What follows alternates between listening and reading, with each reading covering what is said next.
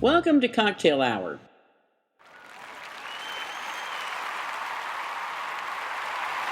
I'm Andy. And I'm the Rev. Well, welcome to episode 20. Hello. I know, can you believe it's double digits in the... Well, no, it's already double digits. It's in the 20s. Yay!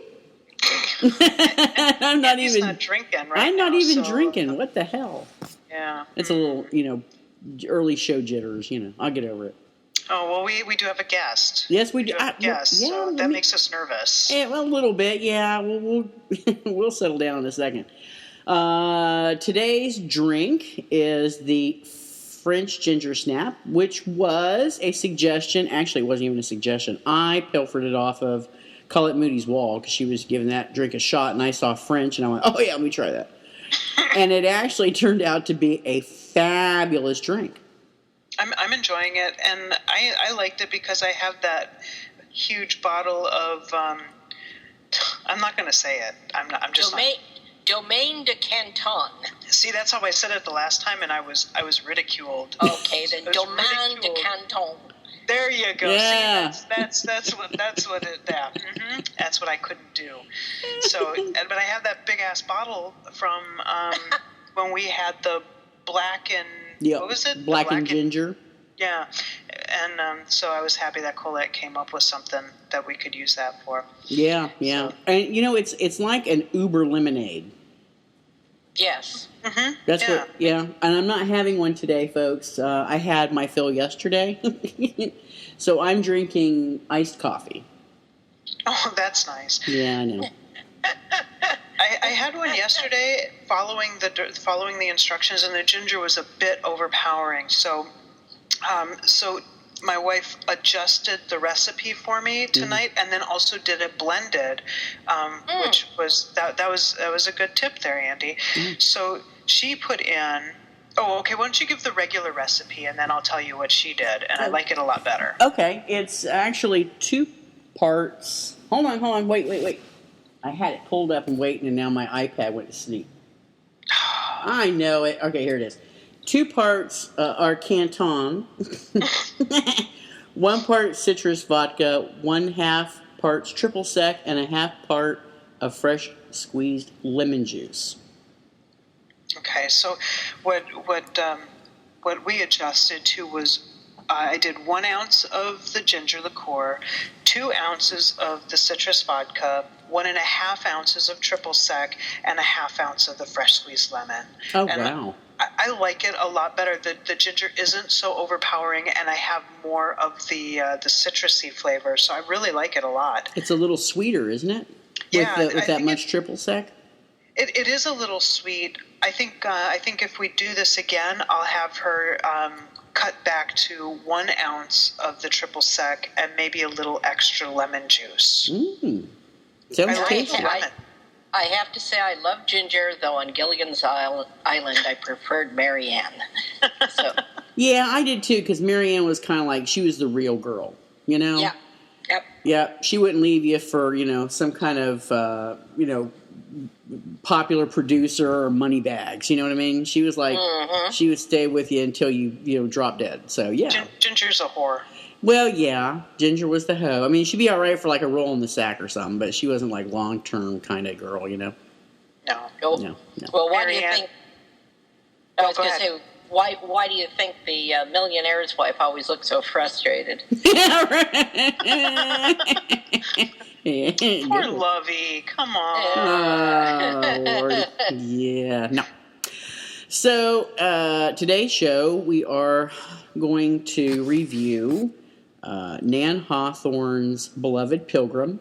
And I have to tell you, I have to consciously think about that title because it seemed like every time we turned around, it was like on the tip of our tongue, but we couldn't figure it out. Remember, it was a B word? Yeah. And so we did this.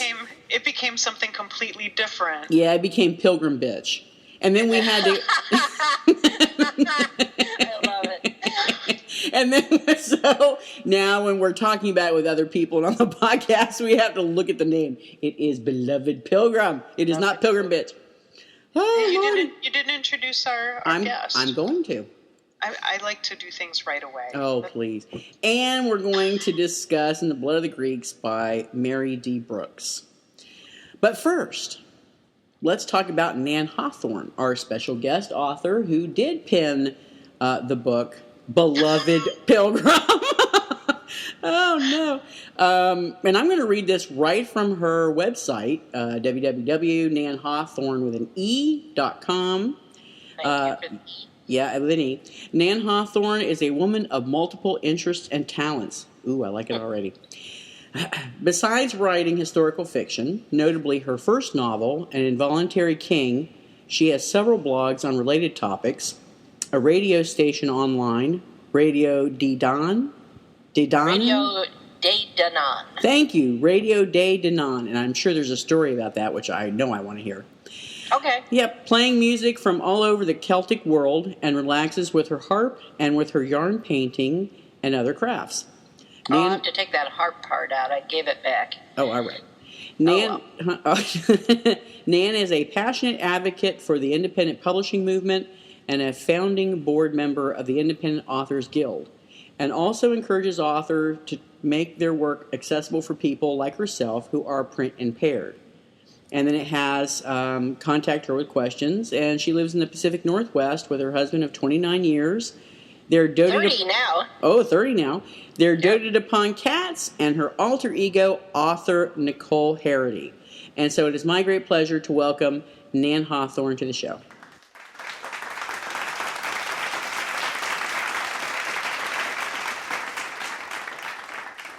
Yay. Thank you. Yay. Yes, thank you very much. I'm very happy to be here. This is a great fun, and the drink doesn't hurt it one little bit. Exactly. It makes it a lot better. It's a much better experience after a few drinks. It's true. At least that's what all of our guests say. Well, isn't that true about everything? Mostly. Yeah, mostly. Yeah. Now, I don't need to do this, but you mentioned the husband. Mm-hmm. I consider myself queer. Mm-hmm. That is, I don't subscribe to any definition of what a person is. I think we are all omnisexual, and we choose to some extent where we focus. And as far as I'm concerned, I'm as much a gay man as a straight woman, as a gay woman, as a you name it. Wow. I probably wouldn't have sex with a child or an animal, but otherwise, I think that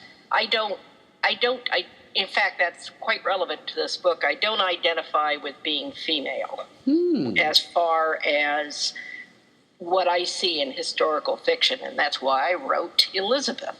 Ah, interesting. And I wanted.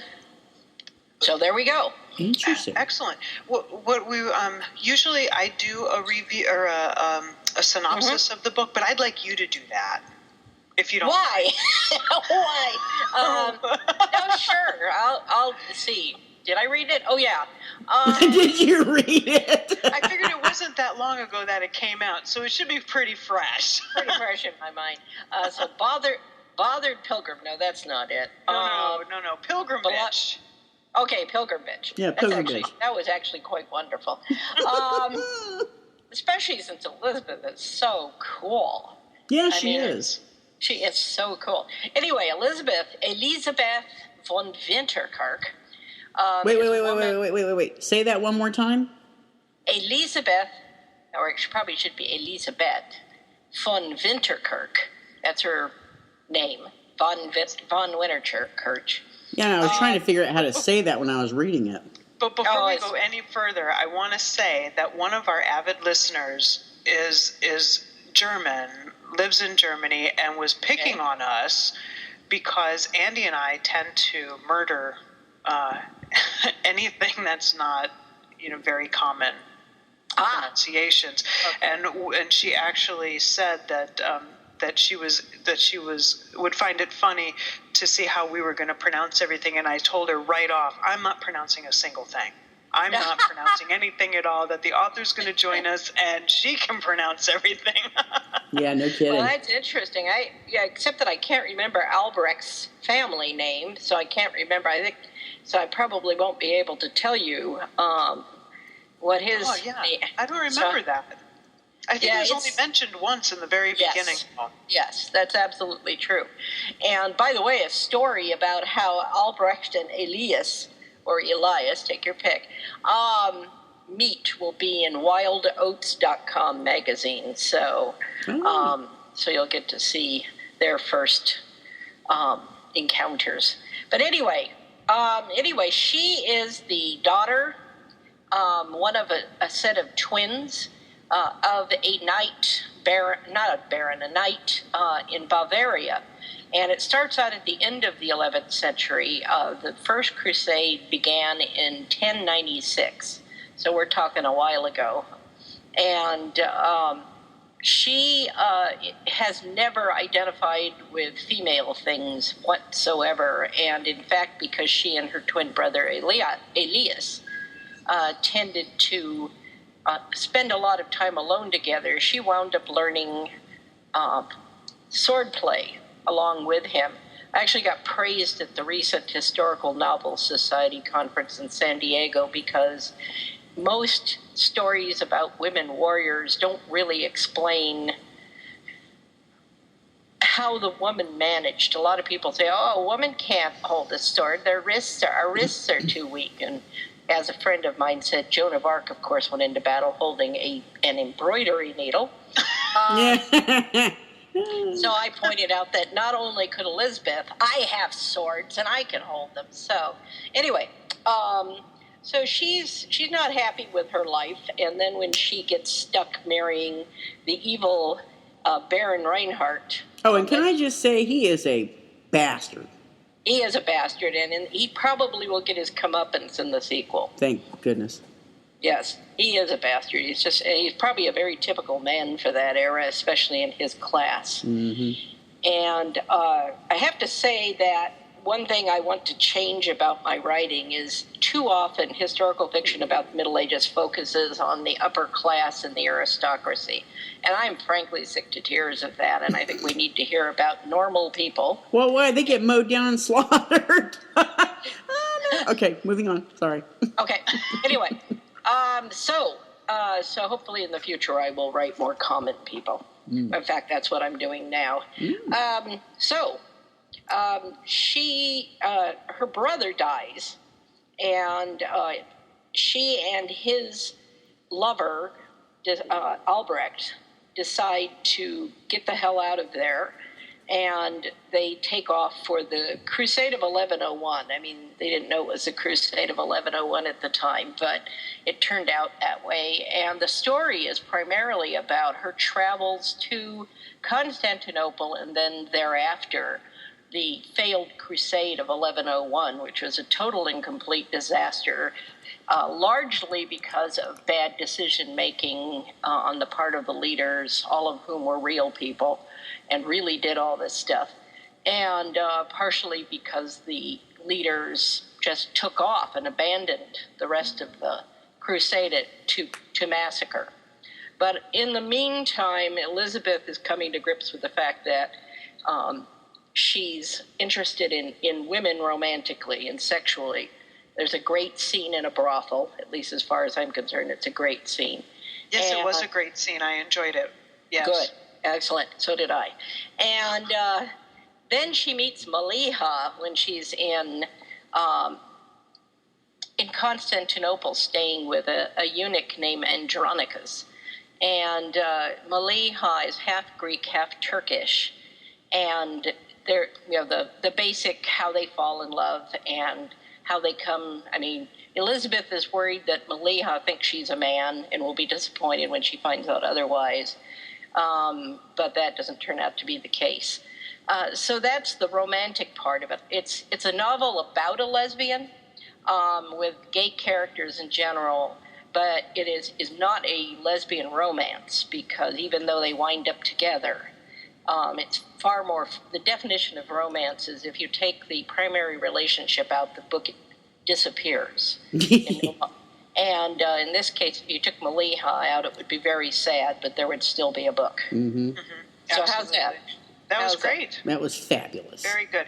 I do want to say right off, this I imagine this show is going to be one of our most spoiler-filled of all. So if you if you don't want to hear anything about how the book, the specifics of this book, I would say pause, stop, go read the book, and then come back and listen. We do have a lot of folks that wait until they read what we're going to talk about and then listen.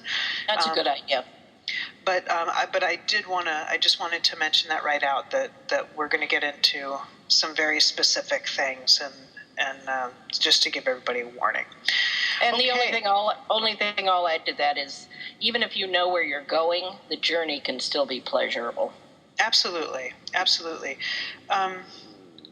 Well, I had a lot of stuff that I wanted to talk about this, and as Andy knows, once I get started, I don't generally stop. So, you want to go first, Andy? Well, yeah, actually, I was really intrigued about this book before I cracked it open and read it because years and years ago, I was really fascinated by the Crusades. This was in my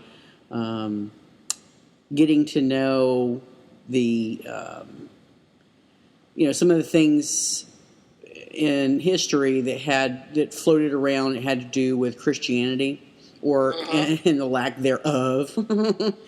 And what's really interesting is the Crusade of 1101 is considered an adjunct of the First Crusade. It's not even considered a second. The second didn't start until 1147. So that was kind of cool that you used that crusade specifically. Is it because it was such a disaster? I mean, what prompted you to pick that one? I think it's because it's like a crusade tailor-made for novelization. I mean, it only took place over about 7 months, and I've written a bunch of guest blogs about all this afterwards, and it by itself changed everything about the Mediterranean. After the Crusade of 1101, there was no land route to the Holy Land, so that's why the great city-states, merchant city-states, Venice and Milan got started, because they were able to help people get there by boat. And so it changed everything. It gave hope to the Turks, and the Turks started winning. But I mostly chose it because of its dramatic content. I mean, there's no question about it. And it's kind of handy, too, from the point of a historical novelist. The records of that crusade are not eyewitness, other than Anna Komnena, who talked a little bit about it, not much, the emperor's daughter, who is one of the great historians of the time. The people who wrote about it either weren't there or didn't even write for 10 years after it happened. So that's kind of handy. I just went to a historical novel conference, and we all were discussing how nice it is when, there's plenty of wiggle room for the author. And there's lots of wiggle room for the author in the Crusade of 1101. However, nothing in there didn't happen. Really? Other than what happens to Ida. Nobody knows what happens to Ida, so I got to have a little fun with that, if you can call somebody's horrible death fun. But everything else, all the events in the book are all completely historical. Wow. I was going to ask you that because I didn't, that's not something that I had read about before. Right. And so one of the things I did want to ask you is how many of those characters were actually historical, actually were there? And I think you've already answered that, but... The leaders. And that was, when they all turned tail and ran, and so that actually did happen. Oh, yeah. Yeah, absolutely. And Raymond de Saint-Gilles, the Count of Toulouse, was the first one to weasel away. And he was the big hero of the previous period. Okay. Now, one thing that Andy and I were talking about, I think we can. Andy, can I go for a minute? Go ahead for a minute. Okay, just for a minute. I'm timing you. Okay. All right. So now I did see that on your Facebook page that you're a linguist. Am I? I don't know. I think that's what it said. maybe not. Okay, well, see, now I have some extra questions for you, if that's not actually true. One of the things that Andy and I were talking about right before she called you were some of the phrases that were used in the story that seemed way too modern to actually be included. So, like having your cherry popped and being pussy whipped and being on the rag. Now, on the rag I had heard before, so I don't know if that one, or shooting your spunk. So can you speak to that? That's always an issue, and I guess my feeling about it, I mean, let me tell you a quick story. Somebody once complained that I used the word pitcher in a story about Anglo-Saxon England, and they said there was no word pitcher in Anglo-Saxon England. And I said, well, first of all, they had pitchers. I've seen pictures of them. And they may not have called them pitchers. I mean, I have this cartoon I'd love to do of somebody saying, would you hand me that, that thing? It's like a jug, only it has a handle. And the thing is that everything, I said the word didn't exist in Anglo-Saxon England either. So I they did have cherries. Well, certainly. So my feeling about it is, so long as you don't, start getting stupid about it, and you and I may disagree on whether that was getting stupid about it, I figure you need to communicate to the reader more than you need to be historically, what's the word I want? Absolutely accurate, anal, something like that. So I went ahead with expressions like that, figuring that, especially in a group of men, which is basically what she is entirely traveling with, she's going to use slang terms, and just consider that a translation. But it's a very good point. And it's a big issue in historical fiction. Yeah, and that's kind of how I was looking at it is, this is so, she's speaking in German, perhaps this is a close translation of what she may have said. Yes. So that's how I looked at it.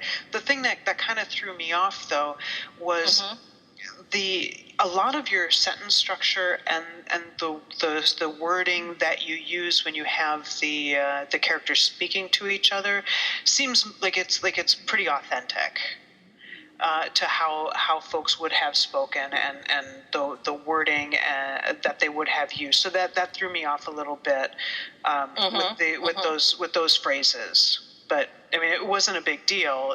That was just something I wanted to ask you about. Oh, that's an excellent point. I tend to write, even when I'm writing essays, in a combination of, slang terms and overblown prose. So perhaps in a way it's similar to the way I write normally, where I'll be using, $50 words and then suddenly say, well, fuck that shit,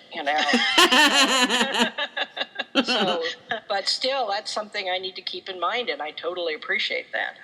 No problem. We're good at that. Yeah, we are. I do a lot of beta work and a lot of editing stuff. So things like missing commas and missing words and things like that, they hang me up. So those are the things. If you anybody that listens to the show knows that those are always the things that I bring up. And it's not, but I also understand that a lot of people don't get hung up on those things at all. It's just something that stands out for me, so it's not a big deal. Okay, Andy, that was over a minute, but okay. Okay, it's my turn. I started to read this story probably about a month ago, I think. Not long after you had contacted us and sent the story. And I remember that the very beginning, I thought, kind of dragged a little bit. I mean, I know you were trying to set the stage for Elizabeth, but I don't know. It just seemed to kind of drag. So I put it away, and then I picked it back up Wednesday because I knew we were having this podcast today. So I picked it up right where I left off and continued to read. And it's interesting because if I would have just stuck with it a little bit longer, that first read, I wouldn't have been able to put it down. Because when I reread, started again this week, it was almost like I couldn't put it down. it popped at that point. It became action packed. A lot of interesting, historical. I don't want to say relevance, but a lot of historical info, a lot of character building, lots of different characters. Sometimes, quite frankly, I almost got a little bit mired down because I'm trying to think, okay, who was that again? Who's that a part of? But I got lost. I actually got lost a few times as I got almost to the end of the book. That's when I was able to start remembering who was who. Yeah. Yeah. And one of the problems with an ebook is that you don't know that there's a list of characters at the end. I've noticed that. Yeah. I missed that. There's a list of characters at the end, and also some information on what happened to everybody. Oh, well, damn it. Yeah. But hold the hell on. Oh, see, I stopped when it said the end. But now I'm looking, and there's more stuff back there. I did it. I stopped at the end, too. Damn it. But I got to say, even though sometimes I had to stop and kind of refresh and think who these people were and in context, where they are, and it didn't detract from my overall enjoyment of the story. Good. It was just a little tough because it is so jam-packed with historical information that, it's just, and then you have the real characters and the fictional characters, and it's just like, wow, it was just a lot. It was a lot to digest. Mm-hmm. I think one of the things that, for me, in the very beginning, there was such a long period of time between when we first meet Elizabeth and we know that she's gotten married, and she's talking to the woman in the woods who Magdalena. Mm-hmm. Which, she's speaking with her in the woods, and we know something's happening. We know that something's getting ready to happen. She's going to take off. Her and Albrecht are going to go, and then it takes a really long time for her to go. But like Andy, once she was gone, and shit started happening, it was tough. I took yesterday off and did nothing but read all day long. Wow. I think one of the things that, and I haven't read any of the other reviews or anything like that about it, and I still I didn't before I read it, and I haven't yet either. But one of the things that I found very interesting was her complete disillusionment on what this adventure and battle was going to be. And you can write a serious, nasty battle. Yeah, no doubt. Yeah, that was awesome. I loved that. I could actually hacking of the head, and you could get a visual picture of the whole thing. I could almost smell the unwashed masses. I gotta say. Oh my God, that was horrible, Andy. I thought about you. Andy and I have not talked about this at all. Nope. Okay. No, we usually don't. We try to wait until we get together to have our opinions known. But I thought about you, Andy, every time. Oh my God, those nasty body. Oh, and then at the end when she comes back and meets back up with Maliha, and she's like, oh, I stink. I'm like, yes, you do. Go in the bath. But no, they didn't. Yeah, I know.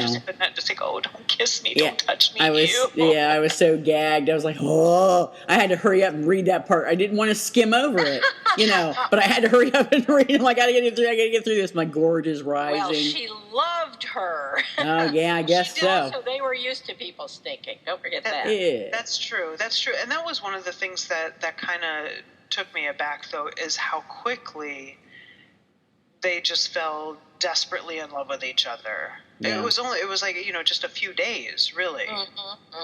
Yeah. Well, don't you think Elizabeth is rather impulsive? Yes. She is, but I mean,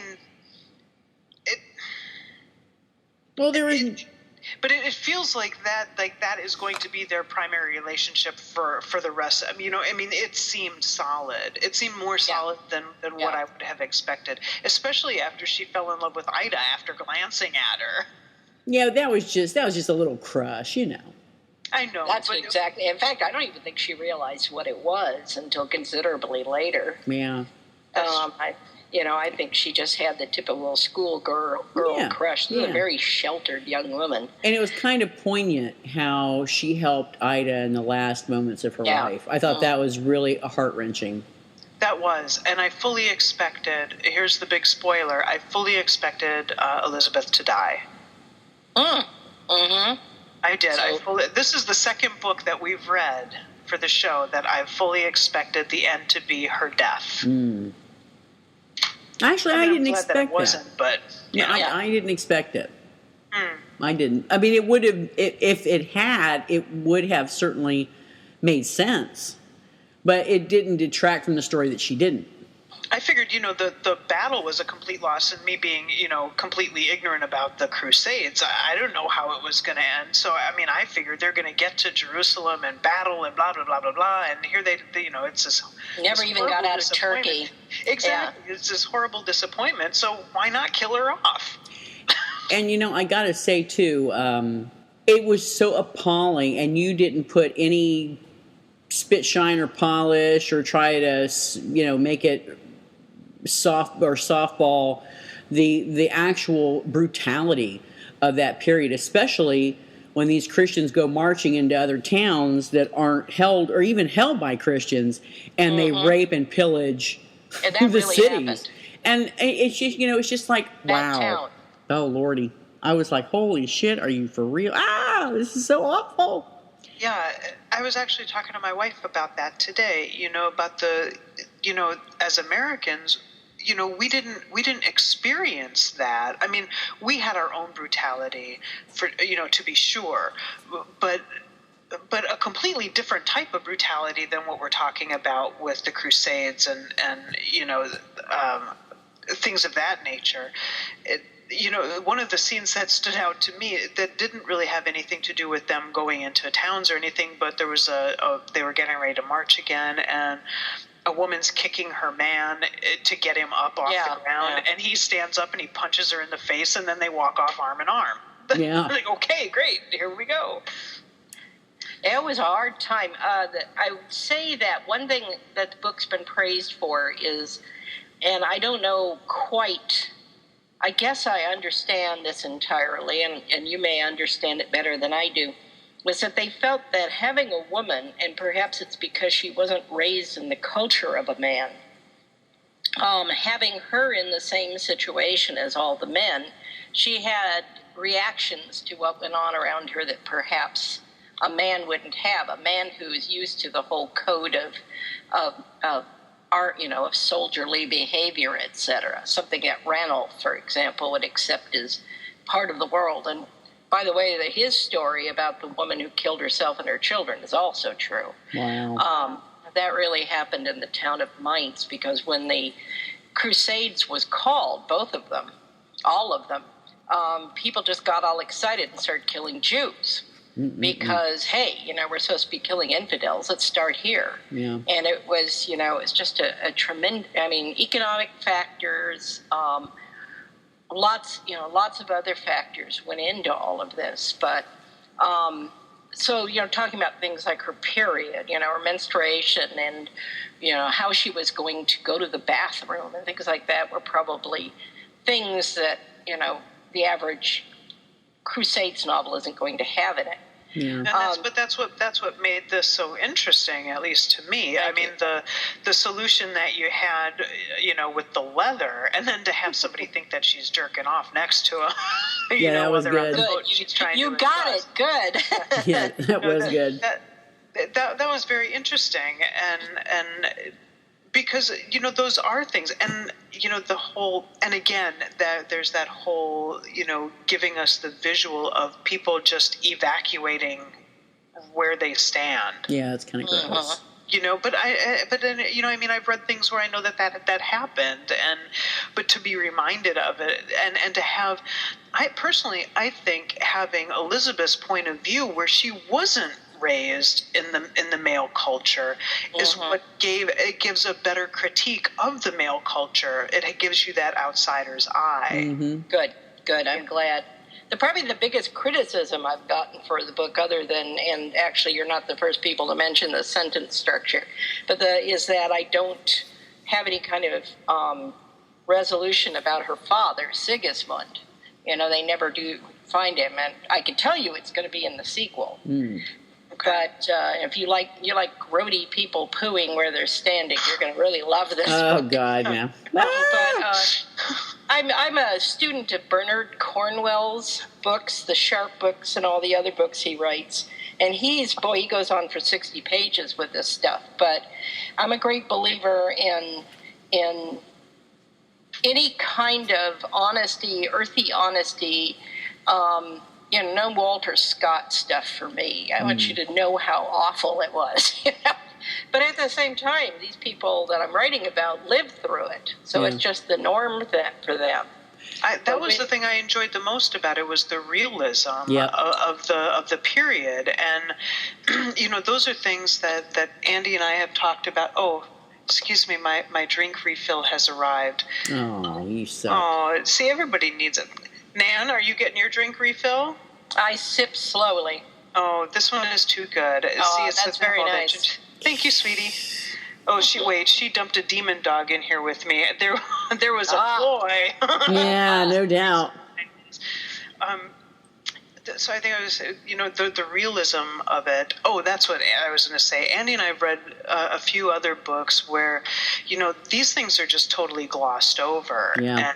And it's missing. We recognize that it's missing, that this is kind of bullshit. And no, there was a lot more to it than this. The bathing issue, yeah, it's gross, and it kind of makes me feel all skeevy, but I appreciate the fact that it's honest, that you do get that total feel of I mean, I felt greasy and dirty. Yeah, it was like watching an episode of Deadwood in that respect. I love that show, and every time I watch an episode, I had to go take a shower.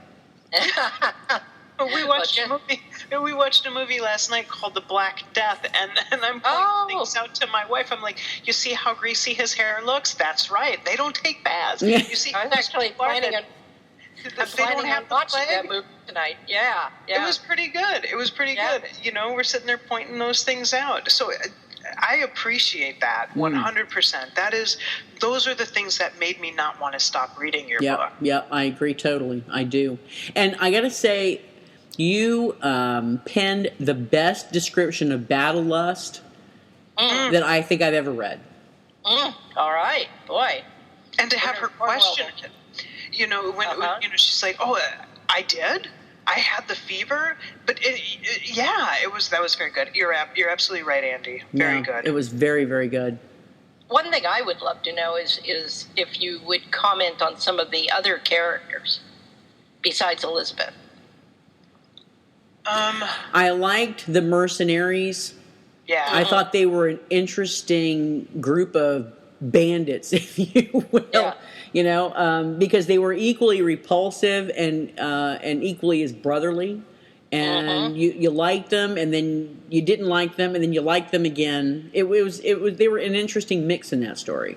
They all had very redeeming qualities, especially as you got toward the end and got to know them a bit more. I agree. Though I'm trying to think of other characters that Albrecht. I'll be honest with you. I could have done. He could have been there or not. Yeah. He was kind of like Little Milquetoasty in some respects. Yeah, I'm trying to think of the other characters that made an impression upon me. Juliana, I liked her. There's something weird about me. All the whores in my books are always named Juliana, and I don't know anybody named that. It's just there's a reason for it, but it's obscure. But maybe in a past life. Maybe. Who knows? Maybe. And in an Involuntary King, there's a Juliana who's not a whore, but she was in the original stories. Well, I've been so intrigued by this story that I'm curious about the other one, the Reluctant King, I think it was. An involuntary king. I beg your pardon. Does it have any kind of gender bending or? There's gay male characters. Two of them.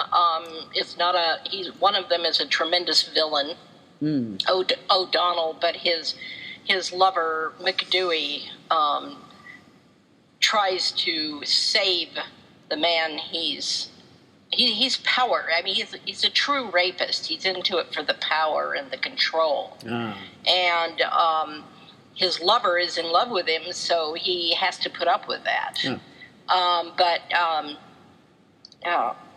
there will be, I suppose people will be very offended by O'Donnell, but I hope McDewey redeems them.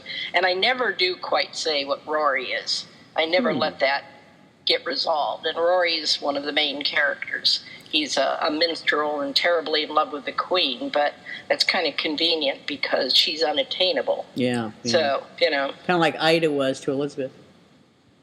Yeah, very much so. And Ida, by the way, is another real person, and she was considered the most beautiful woman in Europe. Huh. And but nobody knows. never did find out what happened to her. Interesting. I you know, it's as sad as it was. I really thought her end was very creative. Yeah, absolutely. Thank you. That was one other thing that I had made a note of when I was reading was the way that you describe. I mean, the horse training.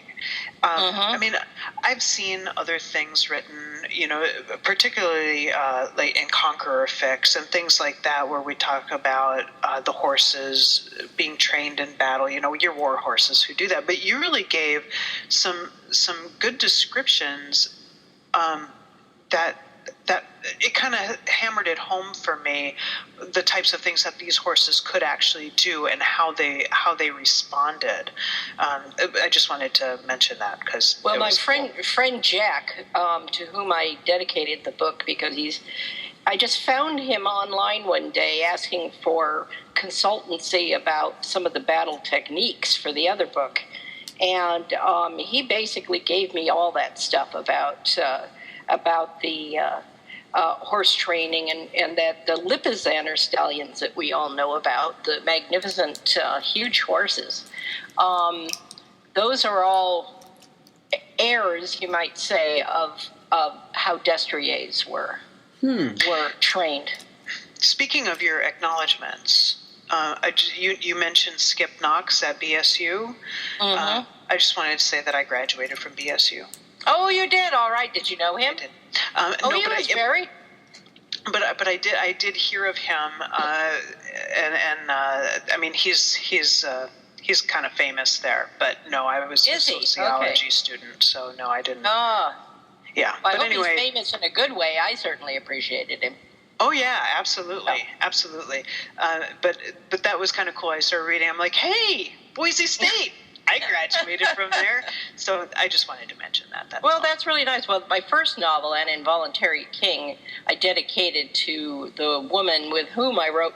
The way that book got started, and I won't go on and on about this, is that a friend and I, when she was 11 and I was 12, met at summer camp, and it was only a week-long summer camp, but let's just say it literally changed everything. We started playing Indian Prince and Princess, and I was always a male character. I just liked active characters. That always happened to me, too. Yeah, me too. Yeah, and I was happy to be brother when we played house. I wasn't father. I wasn't baby. I was always brother. And but she and I started first play acting the main characters in An Involuntary King, and that's why the characters have such anachronistic names. I mean, Lawrence and Josephine are not common Anglo-Saxon names by any means, but I kept them in the book because I was honoring the actual characters that are quite real to me. But she and I first started writing letters back and forth to each other since we didn't live in the same town.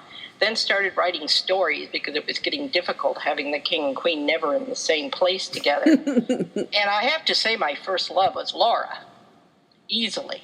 And I just used to fantasize about being able to set up a household together and adopting kids. Aww. So, she wants to have nothing to do with that. And in fact, she didn't even understand why I wanted to get involved in the story again. But because she's just very different than I am. And, this is one of the most significant events in my life. And for her, it's just a footnote. So I suppose that's the heartbreak of Nan Hawthorne's life. But it all turned out fine, so I'm happy. I'm much happier in my life now than I'm sure I would have been. But with her. But I've never really completely come out and told her, that I was in love with her. I'm sure she doesn't listen to our show, so your secret still stays. I sincerely doubt it. I would hate her now if we lived together, because she's just Well, I remember her telling me she didn't like something I did with the Queen because she said it wasn't ladylike. And let's say the word ladylike is not in my vocabulary. So Yeah, that entire word, the lady and any derivative thereof, is not in my vocabulary either. No. So you could see this would have been a relationship made in hell. But whereas the relationship I am in is not like that at all. Well, apparently not. It's been 30 years.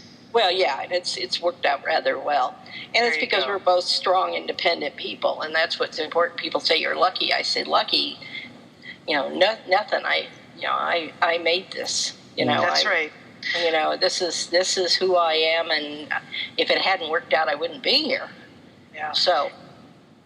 Yep, I hear you. Yeah. So you heard New York legalized gay marriage? Yep. Yes. Yep. It's Damn straight. Pretty significant. Yeah. It is. Yeah. Our state is we already have a constitutional amendment, so it won't be happening for us. But I did ask my wife and I. Okay, we've been together. It'll be 25 years in January. Wow. And we were married 6 years ago. Oh, yeah, the 15th of July. Neither one of us can ever remember when our anniversary is. I always think it's in June. She thinks it's in August, but it's really in July. We were married in Canada 6 years ago. Very good. But I asked her the other day if she would be my domestic partner, because I was looking through the rights that we would gain by doing that, and they are significant. So I asked her, I was like, sweetie, would you domestically partner with me? And she just shrugged her shoulders and said, sure, whatever. I love you, sweetie. Thank you. So I think we're going to do that. We have vacation in July, so I think we're going to go ahead and do that. She told me last night I asked her if we could have like a barbecue to celebrate. She says, I tell you what, how about we just have something called the summer barbecue? I'm like, okay, that's fine. What a romantic, really. Yeah, I'm telling you, we're not. Well, back to a related topic in the book, one of the things I liked being able to do was settle Elizabeth and Maliha in Constantinople, which was definitely a more permissive, or choose your word, society. I mean, the fact of the matter is gay eunuchs were running all over the place, and not gay eunuchs too. And not to mention everybody else, but Roman culture could tend to be like that, and it's an heir of Roman culture. But I love the line, if I say so myself, the emperor has his Varangian guards, I have my Amazon. Yeah, I like that. That was cute, yeah. I'm glad that you brought that up. I do want to, it's a kind of a nice segue for one thing that bothered me. And it bothered me when Elizabeth was with the whore, but it really bothered me. Bothered is a strong word, but it caught me off guard.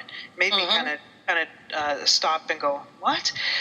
She seemed very unconcerned about being found out. I mean, she seemed very concerned in the beginning, and she seemed very concerned at certain points during battle and things like that, but she didn't seem to have any second thoughts about going off with Juliana. And then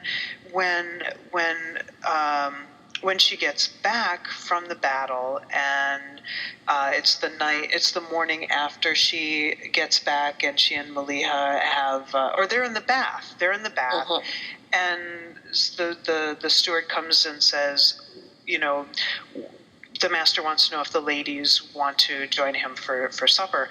And she says something like, she says ladies, mischievously. It just seemed to be, and then, she says, Malia says, well, no, it wasn't me. I didn't say anything. Somebody came, and some other man came and said good old this. Hans. Right, but then, they went and they made love again, and then it was just kind of forgotten. If it had been me, I just kept thinking, I would want to know who the hell said what, and it was somebody going to come and rape me and kill me because I was because I was really a woman, but she seemed completely unconcerned. Now, by does that. Maliha not mention the name of the man at that particular point? Because they do find out right after. It's like the next day that finally comes out. They get it. Just kind of it seemed to me that it would have been very that it could have been a very serious thing. I mean, the mercenaries and the other soldiers. I would have thought that they would have raped her and killed her if they had found out. And she just seemed kind of unconcerned. So I mean, I kind of took that as her immaturity, but she had already been through battle. It just seemed off to me. It didn't seem to go with what my interpretation of the situation would have been. Well, what I'll say about the Juliana scene is go back and read it again, because she is worried about the mercenaries overhearing them. Right. I mean, she does say "fuck me, Elias." I mean, she did, but she was already up in the room, and Juliana had her hand in her crotch before she even stopped to say, "Oh, wait, that's right. I'm not actually a man." Well, she's probably having another form of battle lust. She was having some kind of battle. She was having a battle with some kind of lust. I would say go back and read it again, because I think there's more hesitation. They have that whole discussion about, but is this okay? And Juliana says, well, it's all they really care about is whether we have bastards, and we're not likely to. Right. They do. Yeah, I think for there's me more to it. There was a discussion of the the religious aspect of them having sex together, but for me the whole thing was, she doesn't know this person other than she knows that she knows all those mercenaries that she's sitting downstairs with, who Elizabeth really doesn't know very well at this point. No. But I mean, I see what you're saying. Maybe I'll chalk it up to her naivete about the situation that she could have found herself in. And in the later situation, she's just back from the most horrible experience of her life. That's true. And she's the Kadeshtu were the holy prostitutes of the Sumerian world. But it's always been part of the tradition of humankind that when soldiers get back from war, the first thing they do is have sex, because it's they have to celebrate being alive. And it's just the most life-giving. And the Kadeshtu were the holy prostitutes' whole purpose was to cleanse the warriors. So it fits in that part of the world. But I also remember Elizabeth is a little drunk when she goes upstairs with Juliana. Not to mention the fact she got a good eyeful of Juliana's rack. And that was all she could look at. That was awesome. That was a great scene. That was awesome. Makes me think of when I used to, watch Sophia Loren movies. Oh boy. Yeah, one of the things I'll say too, and I don't think I say this in the historical or author's note, but I'm convinced that a lot of what we believe, and I get into fights with other historical novelists. You should see us; it's amazing. About whether sexuality was as free in other times as it is now, comparatively. And I'm convinced that people did what came naturally, and that, that a lot of, in fact, I've been affirmed recently. There's a book about gay people, gays and lesbians in the Middle Ages, and in fact, there was less of a taboo against it than people generally know. And, given that 1 out of every 3 young men probably went into the clergy, that's not surprising. And women's sexuality, as I'm sure you know, was never considered actual until quite recently. So if 2 women were in bed together, so what? Didn't mean anything. So I guess I was trying to kind of throw that into the situation. But, hearing this makes me realize what I need to be looking at when I'm, writing something else. And as far as the steward, he lives in a gay household. Right. And Veronica doesn't make any secret of anything he's doing, so... No, and I never had an issue with what was happening with them. My only worry, and I almost, Reaction. yeah, I almost expected, some of the other knights or the other crusaders to grab her, especially when she decided she was going to go out and try to find Ida. I fully expected some type of reprisal for those for Hans's admissions. Although he didn't tell anybody.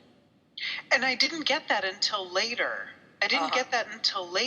When she met him, and he's And like, he's surprised. "Oh, it's you!" Yeah, yeah. I didn't get that until later. You're right. That was you're pretty right. cool, actually. Yeah, he's like, you're coming back for me, right? Yeah. And you promised me gold.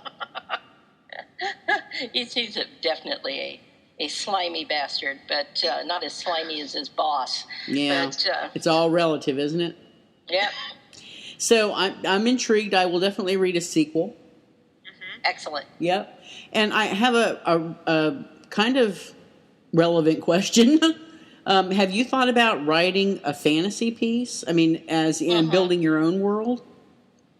That would be great. I love history. I mean, I just love history. And in fact, I'm planning some M/M romances, including one that takes place during the Civil War. Just because, I mean, I'm thinking about setting up a Goodreads page called Historically Off-Center with Nan Hawthorne, because as far as I'm concerned, kind of cockeyed views of history are what I enjoy. But fantasy I've thought about doing. The only thing that would stop me is that there's just so much history to cover. Well, I mean, one thing that hit me at this conference I went to is I better take care of myself, because not only are there all these books I want to read, and you would not believe the books that are coming out, but there are all these books I have to write. They call it plot bunnies. I have lots of plot bunnies, you know. I think Andy also has lots of plot I bunnies. do. Yeah. I do. It drives me nuts while I'll sit down for a day and work on the plot bunny, and then all of a sudden the muse will pop something else in my head, and I've got to write that down. And you just have bunny shit. A little fur of the bunny too. Oh boy, oh boy. Well, Nan, I really like this book, and I really I enjoy history a lot. I don't know enough about it for what I would like, but I really did, and like Andy said, it took a little while to get into, but man, once you get going, that was one of the things I wanted to talk about. Somebody on our Goodreads group had mentioned that there were some, I can't remember how she said it. Here we go. Change of pace. But one of the things I wanted to point out, to me, this is how I felt about it, is that's how battle is. That's how war is. There's a whole lot of waiting and going to where you're supposed to get to, and then fast battle, it's over. Recover, wait, fast battle, recover, wait. So I didn't see any issue with the change of pace at all. Yeah, me either. Yeah, I really thought that, and you're absolutely right. This was not, I don't think of this as a romance at all. No, although a little more sex would have been nice. But, it wasn't a romance. I'm just saying. I don't know. I thought the sex that was there was pretty good, especially the horror. I enjoyed that very much, especially where it was her first, it was her first experience, and she was right on it. She was right on it and in it. I tried to make Elizabeth quite enthusiastic about everything. She was enthusiastic. That is a very good word to use. She was enthusiastic, and Elizabeth as a character, she was naive in some things, and she was courageous, and she was, she tried to be pious, and I don't know, she wasn't she wasn't just some flat character who just is. She grew and became disillusioned in some things, but more worldly in others, and more hopeful in some. I enjoyed being on her journey with her. Yeah. I did. Yep, she was a very real, well-rounded character, if you will, and she grew as the story progressed. And that's important. Yep. Yeah. Yep. Yeah. I that's an important thing for me to put in any book. One thing I'll tell you is that there are two reasons I wrote this book. One is that Jim pointed out to me once that I only wrote about men. And he said, why don't you write about women? And I realized that I hadn't. Other than, if you read Anne Involuntary King, all the really good female characters are the old ladies, which probably says something about me. And pushing 60 here. But I said, you're absolutely right. And I said, the reason I've had so much trouble is when I read historical fiction, I find very few women I have anything in common with. The books I read Michelle Moran's well known for her books about Egypt. And one of the problems I have with her is that her main female characters remind me of the girls in the cliques in high school. Yeah. They're more concerned about, their makeup and their hair and their clothes. Yeah, and that doesn't seem very realistic. It may have been for, somebody who was, the daughter of Pharaoh or something, but it certainly doesn't relate to me. And so I wanted to write a character that I could relate to. And Elizabeth I can relate to. I don't know about the piousness, but everything else I can very much relate to. I'm joking.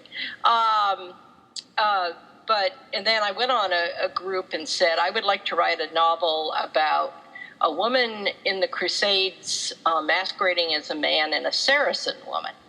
And this woman named Michael Black said back to me, if I did that, if I wrote a book like that, she would love me forever. And so I'm holding her to that.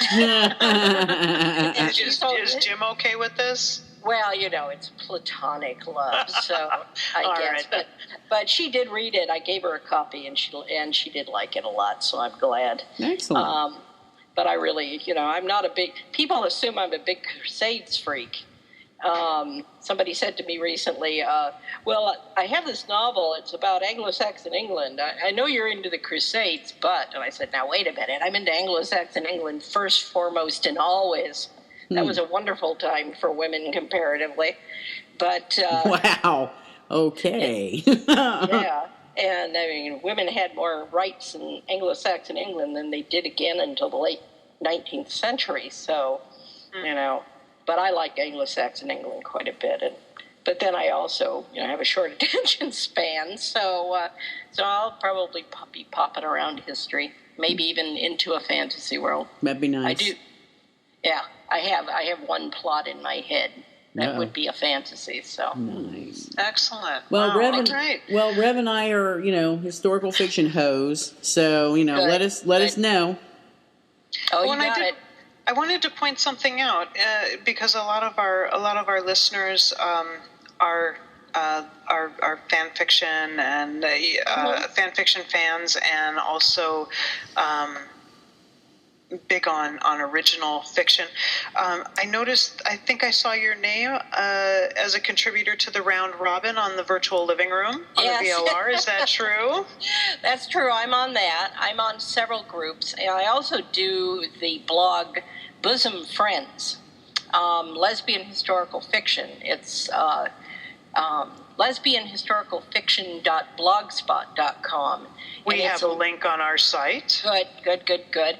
And I'm very proud of the women who've joined me to do reviewing, because we've really made up for a lack of content on that. But I'm on a few of those. I'm also an editor for Gay Flash Fiction. I saw that on Facebook over, I think, yesterday. Yeah. And Alex Hogan and I are doing that with help from a lot of exceedingly talented men and women.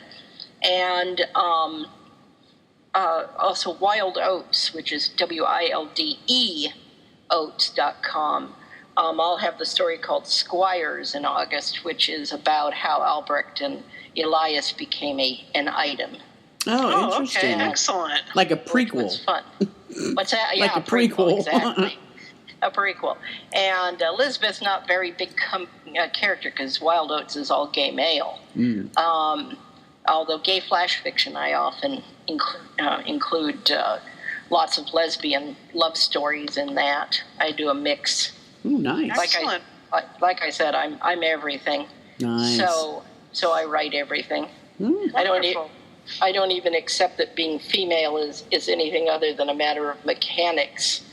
That was one thing I'm going to take a little tiny step back to the story. When I was reading it, when she put on Elias's clothes for the first time, and she said, I don't have the text in front of me, but it was something to the effect of, I feel like me. I feel like I'm whole for the first time, being able to portray herself as a male. It seemed to me actually through a good portion of the book, maybe a good portion of the book until close to the end, that she was really maybe more of a trans man than a lesbian. Yeah, I would buy that completely. Yeah, in fact, I think it is a transgender book. Yeah. So in a lot of ways. Mm-hmm. Yeah. So that was just one of the things I was like, yeah. So that's probably going to be a theme in the sequel, is how she deals with who she really is. Yeah. I don't know if you noticed the scene towards the end where Andronicus has the steward bring 2 sets of clothes for her. Oh, absolutely. I notice every scene. Yeah. Okay, great. Yeah. And I liked the line when she says, "Oh, I see," Andronicus wants to see if I, want to dress like a man or a woman, and Malia says no. He wants to give you the option of dressing however you as a woman want to dress. And Exactly. I thought that was important. And that was where it kind of changed, because the entire up until that exact moment, I saw it as a transgender story more than a lesbian story. But at that moment, she said something to the effect of, I'm a woman who's going to do this. I still identified as a woman. Mm-hmm. So that kind of turned it back again for me. Into more of a lesbian story where, in some of the things that we've read in the past for the show, that actually, there wasn't that type of a declaration, where interesting. where the character didn't actually say, okay, well, I am a woman, but I feel comfortable doing this.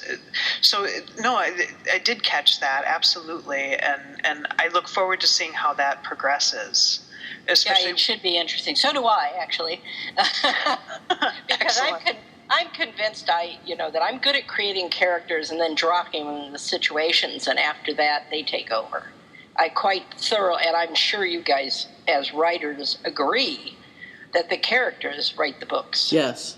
I'm not a writer. I'm not a writer at all, and I can't take any credit for that. But I've read enough, and I've worked with enough authors and talked with enough. That is, Andy, and you've said it a million times. That's exactly what happens, right? Yes, they do. You get where you want to go with the story, but as you start to write it, the characters do write themselves. Yeah, I even used to do, when I was writing an Involuntary King, I would have character panels where I would get the characters together and have them discuss what was going to happen next. And that's interesting. That is interesting. You should try that, Andy. Maybe, yeah. It was a lot of fun. The biggest problem I had was that the king and the mercenary captain, the mercenary captain was always baiting the king. Even in these character panels, he was always baiting the king, and the king would go off and, would get us off the topic. But it was a lot of fun. But I had a lot of trouble with the woman in that book, the queen, because I just couldn't relate to her, and I think I'm finally warming to her, but I much preferred the old ladies. Interesting. The old ladies were pretty cool. Nice. So you'll have to give that a try. Yeah, I'm definitely going to give it a try. Well, it was a lot of fun. Make sure you read the introduction, because it explains a lot. Will do. Okay. Where are you going, Andy? Your voice is faded. You're walking around. No, actually, I'm still here. I turned my head because I thought I saw something out of the corner of my eye, but I'm good. Was it something shiny? Yeah, no. There's been a little gnat in the house that I haven't been able to kill, and I thought I saw him. I was getting ready to pounce. Those bastard gnats. I know, damn gnats. The battle lust took over. That's right. That's right. I was focused. I was getting that blue haze. You talked me out of it. I felt better now. Woo! She lost a tooth. Elizabeth lost a tooth and was proud of her tooth. She liked her scar. I remember it was a black beast at that point. She says, "I lost a tooth. Look." No, she said I lost a tooth. A tooth. A tooth. A tooth. And then Ida talks like that too at the end, which that was very good. And Andy's exactly right. I did get a visual of her face in that, and to have you even go further as to describe how you knew which horse, which type of horse, which side the horse was on, because if it had been the larger German horse, it would have crushed her freaking head. Yeah. It was good. You had a lot of really good attention to detail, and those are the things that I know Andy and I both really appreciate. Really appreciate, yep. Yeah, I really get, and something that one reviewer said that I just loved was that, most historical fiction you feel like you are looking at another time. That with my books, you feel like you're in that time. That, I don't explain everything because the character, and I refuse to write in first person because I think it's used badly most of the time. But I'd have to agree with that. I knew you were going to say that, Andy. Oh my God, I hate first person because most people don't know how to write it. And a lot of it is, in fact, there was a woman at the Historical Novel Society conference who made a point of coming over to me and saying something that indicated she wasn't thrilled with my criticism of her book that had two characters both speaking in first person, and neither of them were Johnny on the spot for the action. So you basically get this book of first person saying what the messenger told you. And whereas there's a novel called The Confessions of Piers Gaveston by a woman named Brandy Purdy, that he was the lover of Edward II, a historical figure. And what she does with first person is you get to figure out pretty quickly that Piers doesn't even know what the truth is. That he's so busy playing a role that he's lost track of what the real Piers is. And it was one of the most beautiful uses of first person I've ever seen. Wow. Because, I don't think you should use first person because the editor tells you that's what we want to buy. You should use first person because it's going to reveal something that third person can't. Yeah. So that's my sense of that. And I probably will never write first person, although in the thing I'm writing now called Alehouse Tales, which is kind of a bit of fluff, about Anglo-Saxon England in about 985. I do a lot of first person, but that's because all the various characters are describing what's going on for them. And I do that for the fun of it, but it's not a serious work.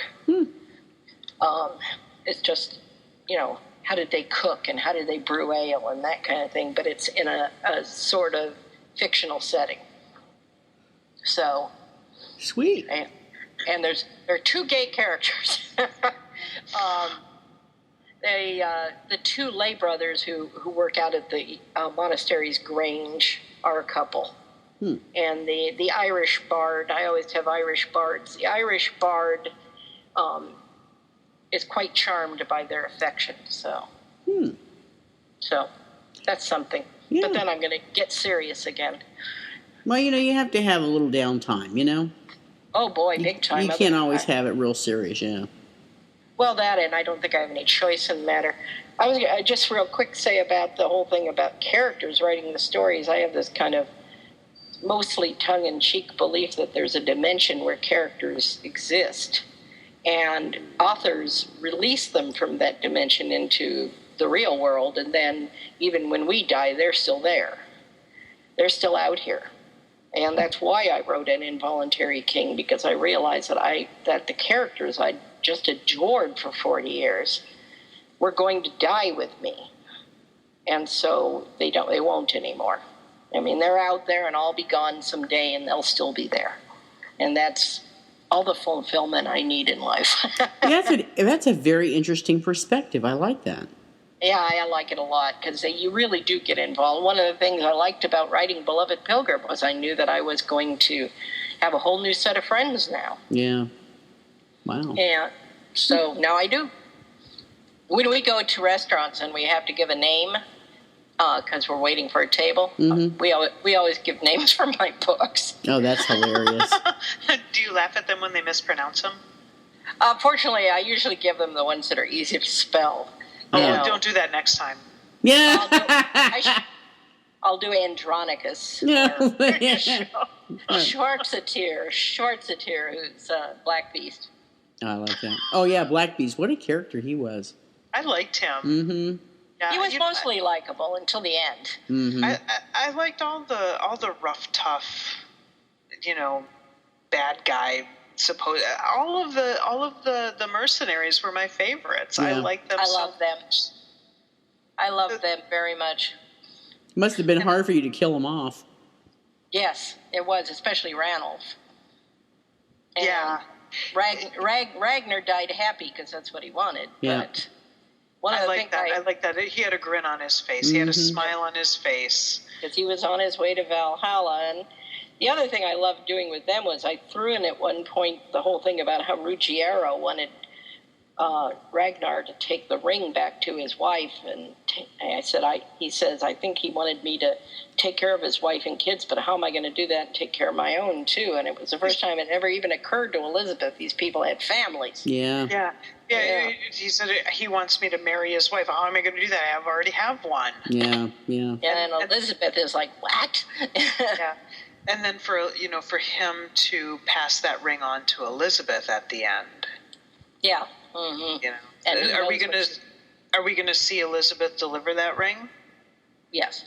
Yay! Excellent. You will. You'll get a lot of things. Hunts will be back. It's highly likely Reinhardt will be back. Bastard. Bastard. Yeah. Bastard. Yeah, don't worry. He will definitely get his. Can we see him sodomized? Yeah, that'd be a good in for him. There's an idea. Woo! He gets it in the end. That. Wait, you guys. He gets it in the end. Very good. And I hope you also noticed the humor in the book. No. There was some. I think the thing that it's the battles that stand out the most. Yes, for me. I agree. I mean, I did get the humor when I read it, but what I take away from that was not the humor. Well, that's it. Yeah, that's fine. I mean, I like at the end of the brothel scene when, Juliana says, I've never been fucked so, well in my whole life, and the other men, the mercenaries, are all in awe. Yeah, they want pointers. Yeah. And she says, I can't, no, I'm sorry, I can't, there's some things I just can't share with you, but I like that came up again later, where, somebody's like, well, she wouldn't even take my gold, and that was a big turning point for Elizabeth's reputation. Yep. Yes, because before that she was a prig. Yeah. Mm-hmm. And they were brothels. Mm-hmm. They were wondering if she and Albrecht were an item, and that was.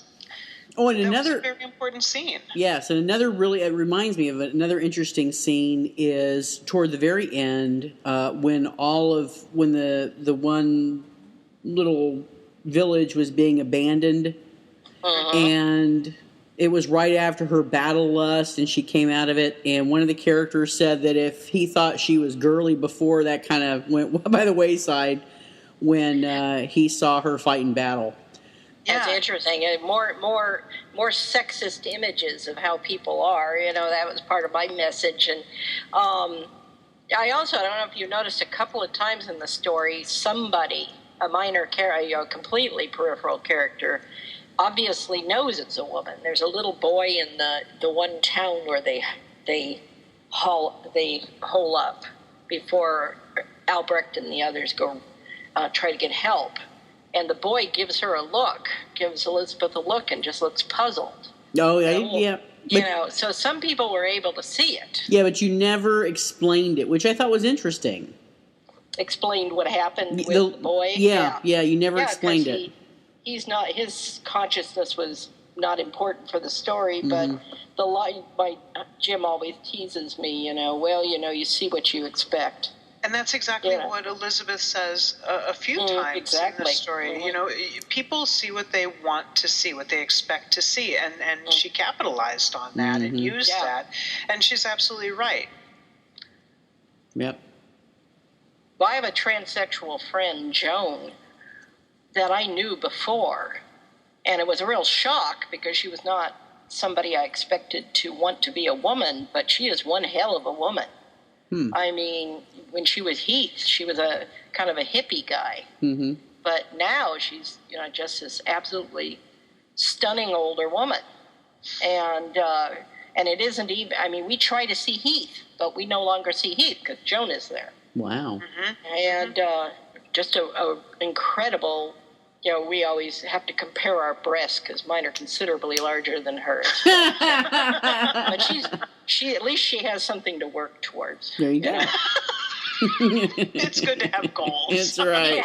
It keeps us focused. Well, I know you had another story you were going to talk about, and I actually have to go at some point, but because it's even late. Wow, we've been on for almost an hour and a half. So I will bow to your decision. Well, I think, Andy, let's just do this. I liked In the Blood of the Greeks. It was good. I think people should read it. Yeah, I think they should too. And I mean, Mary D, we're really sorry, but this conversation was so good. It just, I don't think we should rush through In the Blood of the Greeks. Maybe we decide to do it again later. Yeah. Maybe not. It's a good story. It's a good a good kickoff to a series. My dog is going insane. Demon Boy, calm down. Is that his name? No, his name is Dusty, but he is truly a demon. But he's cute. I have a cat. I have a cat who's a duck. Oh, like a upside down duck on a shield. Yeah, the reason for that, by the way, the reason for the upside down duck on the shield, and if you look at no, I don't think I did anything because I didn't.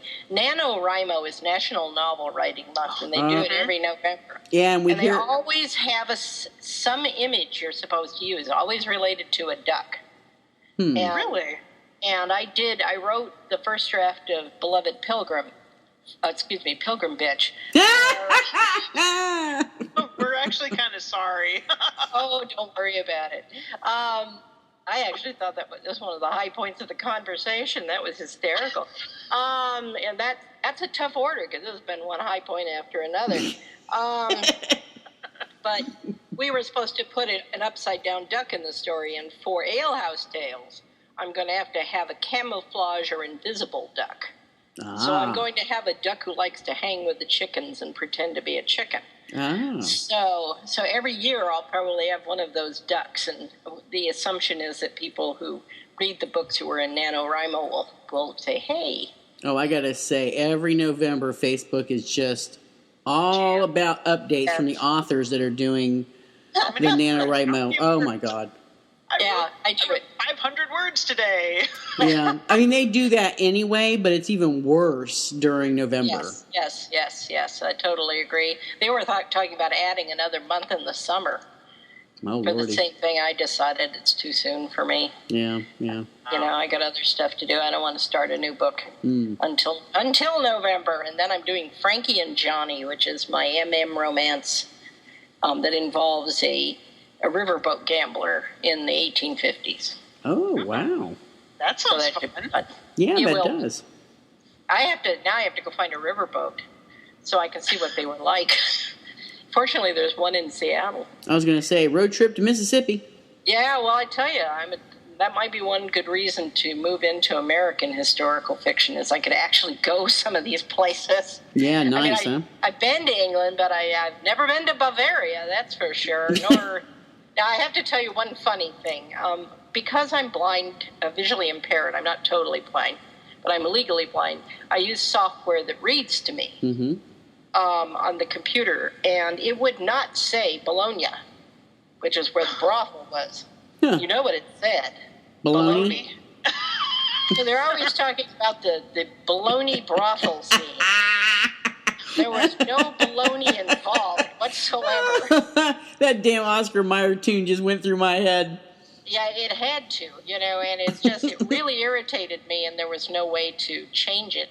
So I just started writing Bologna, Bollonia, and then had to go through and do a search and replace. Because it was just driving me crazy that they were looking for the great cathedral of Bologna. Oh, that's too hilarious. That actually makes sense. Yeah. Cathedral is full of bologna, but...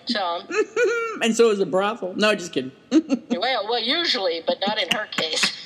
No sausages there. Oh, God. Good stuff. Anyway. All right, so listeners, buy Beloved Pilgrim. Buy it. You will not be sorry. It's a very good read. We were very impressed with it, and so excited that Nan brought it to our attention and gave us the opportunity to be totally enthralled by this story and begging for more, and quit talking to us and go write some more. Okay. Because we need some more. Enough. Fair enough. Well, you are going to get more lesbian historical fiction out of me, because I know from having helped compile the list of lesbian historical fiction, there is not enough. See, we need more. There's actually more gay male historical fiction. We need more than lesbians. There is lesbian. Yep, we need more.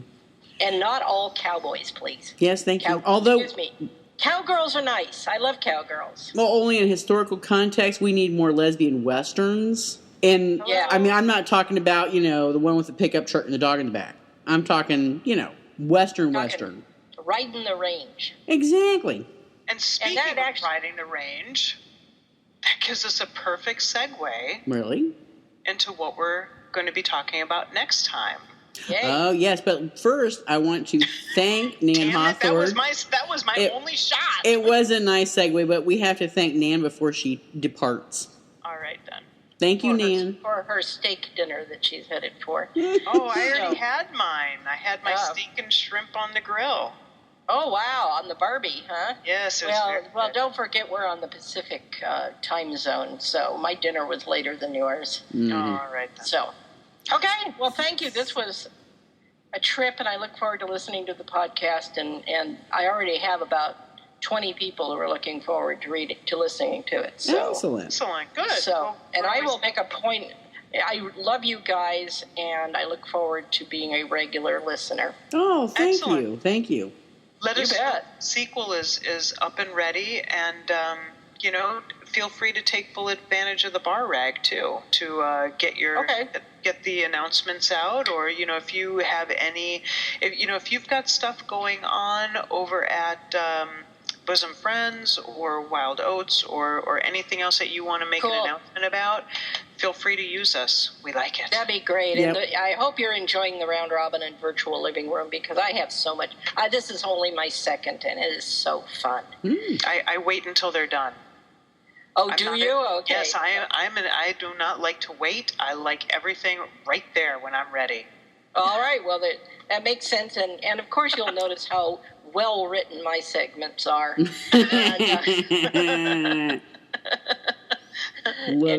Love it. Excellent. Well, thank you, Nan, so much for being on this show, and we both really enjoyed your book. So Thanks a lot. Thank you. Yes, thank you. And I enjoyed this. All right. So good night. Good night now. Good night. Good night. Okay, sorry to squash your great segue earlier, Reb, because that was such a good segue. And I even had to rudely interrupt our guest in order to get it there. Well, you got to do what you got to do. I'm a woman on a mission. Okay, so speaking of westerns, what have we got on the horizon, Rev? Nice try.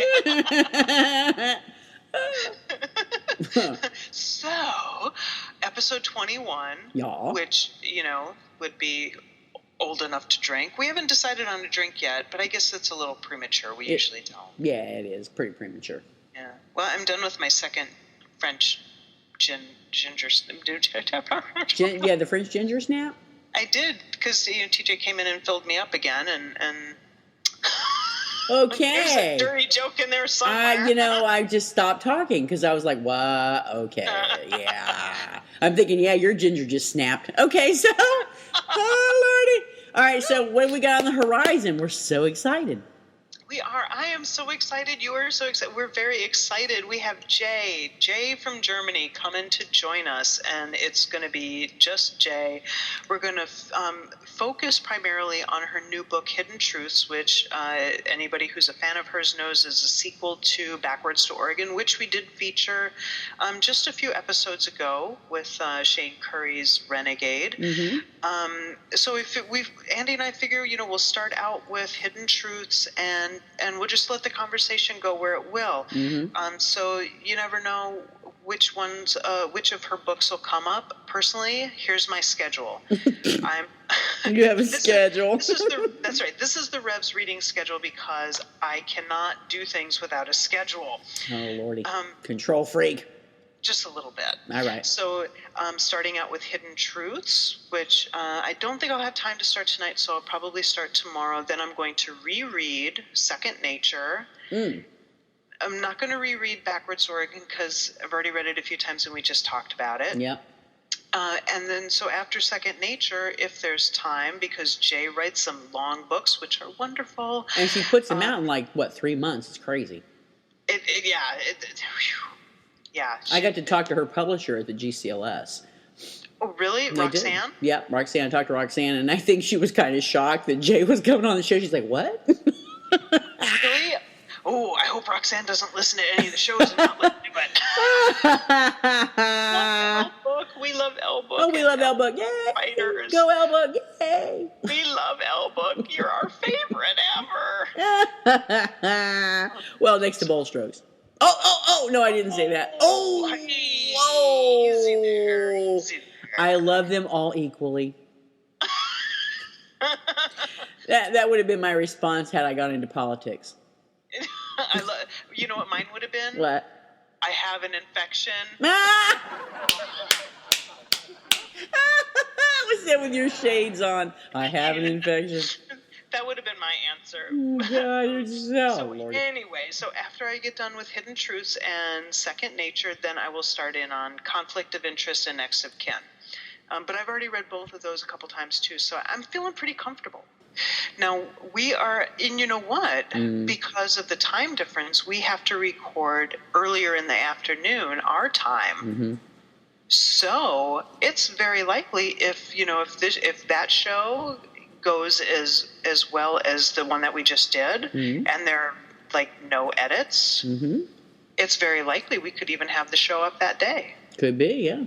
Could be. It could happen. It could happen. So listeners, be excited. Jay, show up the same day. Okay, so the best part of this last show is that the author loved Pilgrim Bitch. Yeah, right? That was excellent, Pilgrim Bitch. I love it. I think of my next tattoo, I think I might get Pilgrim Bitch. You're gonna get Hawthorne to make photograph it and then have Hawthorne sign it and you can put it over the bar. I'm a bar whore, man. I got everything for the bar now. No, this is what I'm thinking. It just came to me. Uh-oh. Okay, this is what I'm thinking. My next tattoo will be... I didn't hear any grunting. Hey, all right, now that's a little personal. I had no clever retort because it's true. Mm-hmm. So here's my new tattoo. Okay, it'll say Pilgrim Bitch on the bottom, and right above that will be a woman with a leather tube sticking out of her pants, pissing. Nice. Nice. Maybe some splashes. Oh yeah, right on peeing on the Pilgrim Bitch name. Exactly. Golden showers. Yeah. Okay. All right. Well, let's wrap this shit up. Well, that was a fun show. It was a fun show. I enjoyed it very much, and I am so glad that Nan came on. I am too. That's awesome. Yay, Nan. Yay, Nan. Woo! Come back and visit. Yay. Oh, and Nan said she's going to interview us. Oh, I know. How cool is that? It's very cool. So we'll let you know if that happens because, who wouldn't want to know how Cocktail Hour started? And it's a fascinating story. It is. And even though my wife says, when are you going to get paid? Every time I say it, this has been a great experience for me. Me too. It's just been a labor of love. It has been. Mm-hmm. I love you, Andy. I love you more. Yeah. And this vodka hasn't been bad at all. Excellent. Now we know you have to have the flavored vodkas. Apparently so. Yeah. Apparently so. I did well with the raspberry vodka. Oh, that's true. You did. Yeah. Yeah. Oh no. We didn't have any of that, did we? Did we? Huh? Oh no. I'm thinking about the raspberry Chambord, which you think tastes like Robitussin. No, we had raspberry vodka and orange. I do well with both of those. Oh, there we go. Yeah. All right. Well, listeners, we will be on in 2 weeks with the incredible Jay, and look forward to chatting with her. Yay. And Rev. Yay. And you too, Andy. Oh, yeah, you too. Oh, love you. And I haven't even been drinking. Okay. Oh, that's scary. I know. I need more pain pills now. All right. Good night, everybody. Good night.